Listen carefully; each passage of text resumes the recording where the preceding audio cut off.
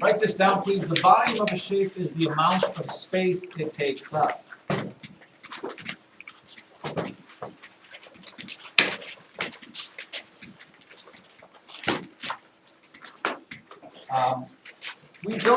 We don't use volume really for a lot of things. We probably use area more than we use volume. For example, if you're talking about how big a state is, why wouldn't you use volume to say how big a state is?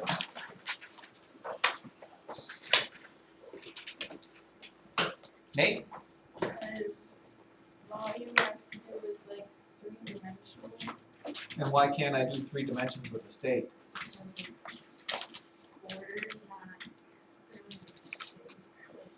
Well, if you're looking at a state, let's pick a square, a rectangle state, like Colorado or whatever, it's pretty much a rectangle state. Okay, you could do its length times its width, but how tall is Colorado? Yeah.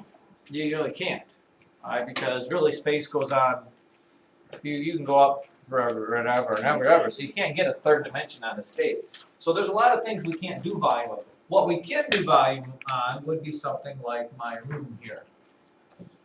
And we don't need to know volume for a whole lot of things, other than what? Does anybody know? Here's my room.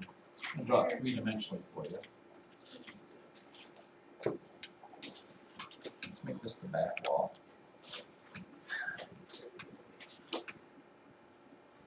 Here, we'll make a little cutout here. Here's the board that I'm writing on right now. Here's the chalkboard. Over there is what? A little cabinet. Kind of sticks out a little bit like this, I guess. And then what? Another over there. And then the door's over here. And then I'm going to do in yellow this part here so I don't cover up everything.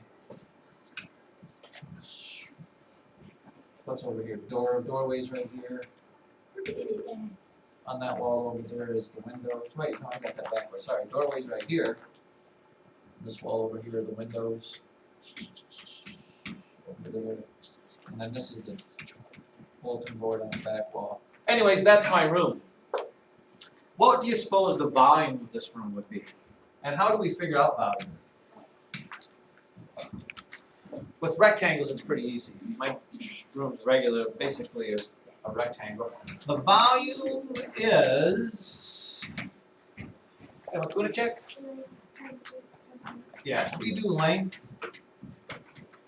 times width times height. And that works for all intents and purposes with what we're doing.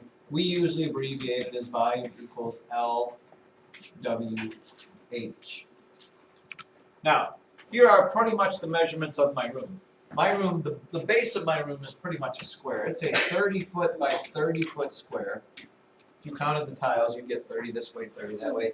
And the height of it is probably, let's just go 9 feet, because that's pretty close. So the volume of my room is this. Now this is where you have to be careful. It is 30 feet times 30 feet times 9 feet. And what do you get if you multiply all of that together?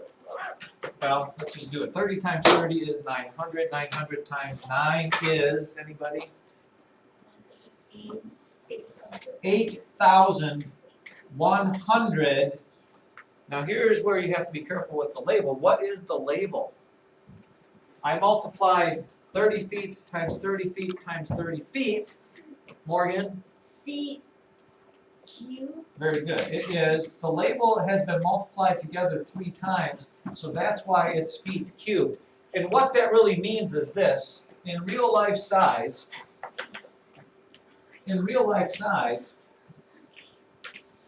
this is about a cubic foot. As close as I can probably draw it for you. What that means in real life is I could take 8,100 of those if I actually had them, and it would fill up this entire room. If I had boxes that were a foot by a foot by a foot, it would take 8,100 packed in here, jammed all the way to the ceiling. You couldn't walk in here. There would be no room for anything else. Now, why would I need to know that? Like I said, volume you don't have a lot of reasons for volume. I know one area that you would have volume is, right? Well, measuring liquids we do, but usually we do liquids with gallons. We don't usually use, they do measure, by the way, water sometimes in cubic feet. Like if you have I think if you actually get a water bill from Yorkville, it actually is measured in cubic feet. By the way, is that you nodding in agreement, Zach? Is that true or not? Do you know that for a fact? The question I would have for you, how many gallons do you suppose are in a cubic foot? 1 and 2. You'd be surprised. I believe there's a lot more than you think. 5,000. I don't know. I have to Google it. I'll tell you at the end of class. I don't know. I just wondered what it was. Why would you need to know? There is a reason though to need to know the cubic feet of my room. By the way, if your parents would have no idea what really the cubic footage of their house is, they only need to know square feet because, I mean, we don't measure. How big a house isn't really cubes, it's squares, but there is a reason why you do need to know cubic feet. Alex? Tiles? No, that's squares. That would be how many squares you need, not how many cubes you need. Not water tanks either, but that's kind of close. If you fill up a pool, you need to know how much gallons you need, or cubic feet probably too. Why, Morgan? For like storage capacity. Okay, you could do storage capacity, but I don't think I store. I mean, what am I storing in my room that I would need to know 8,100 cubic feet for? Josh? It could be someone's job to like make the whole thing. It was somebody's job, but I don't think he needs to know that either. There is one thing what? Here, let me ask you this question. This might help you here. What is my room filled with?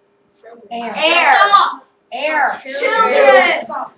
It is, if the children are here, it's always filled with air, and when you walk into this room,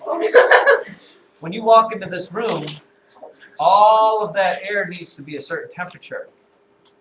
So, the people that need to know the cubic feet of your room are the guys that put in the heating and the air conditioning, because every cubic foot of air here needs to either be heated or cooled. No, it's not about suffocating, it's about getting it to the right temperature. So, people that do heating and air conditioning need to know how much cubic feet, because even like in our gym, well, our gym isn't like a huge, I mean, it's a big building, but it's also very high. So, I mean, there's a difference between a room that's only 9 feet tall and a room like our gym that's 23 feet tall. You need 3 times, it's 3 times actually bigger than this is. So you do need to know the volume of some things for some reasons. Another place is if your driveways and sidewalks. Okay, if your parents do anything to deal with that, okay, you need concrete and stuff like that. That all gets measured in cubic yards. A big cement truck, I don't know how many it is, but a big cement truck, those guys that come through there and that thing spins and they got the little cab up here and the Oh, yeah. little truck here. The what? Thing. Oh, the spinny things. That thing goes around in a big circle like that. Yeah. Concrete gets measured in cubic feet too, because you need to know how thick something is. Anything that's 3-dimensional, you need to know.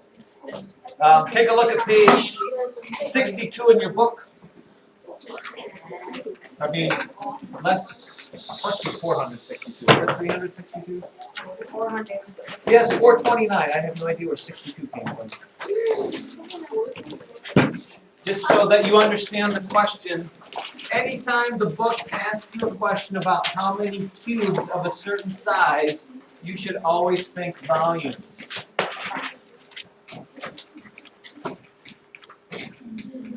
For example, on lesson problem letter A, says how many 1 centimeter cubes would be needed to fill this carton here? How many 1 centimeter cubes? I kind of have mine drawn pretty big. Anytime they ask you how many cubes of a certain size, that is just volume. You just use the length times the width times the height. And we have a hard time with volume. We never think it's as big as it is. 4 times 4 times 4 is 16 times 60. There, you would take 64 centimeter cubes to fill up this box. That's a 4 centimeter by a 4 centimeter box. Another example would be this here. Do I have one?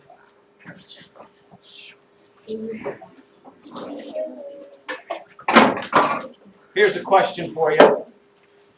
Let's say I've got this cube, and I want to know how many cubic centimeters, which is what this is. This is 1 cubic centimeter. If you had to guess how many cubic centimeters it would take to fill this box right there, how many would it be? 1,000. Whoa. That's kind of cool. Yes. Who said 1,000? Because that's right, because this is actually 10 centimeters by 10 centimeters by 10 centimeters. There's one here somewhere. Cheater.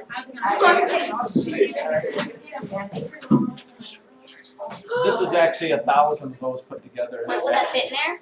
That's right. Whoa. It's magical. Okay, for tomorrow. We're getting a little crazy. Now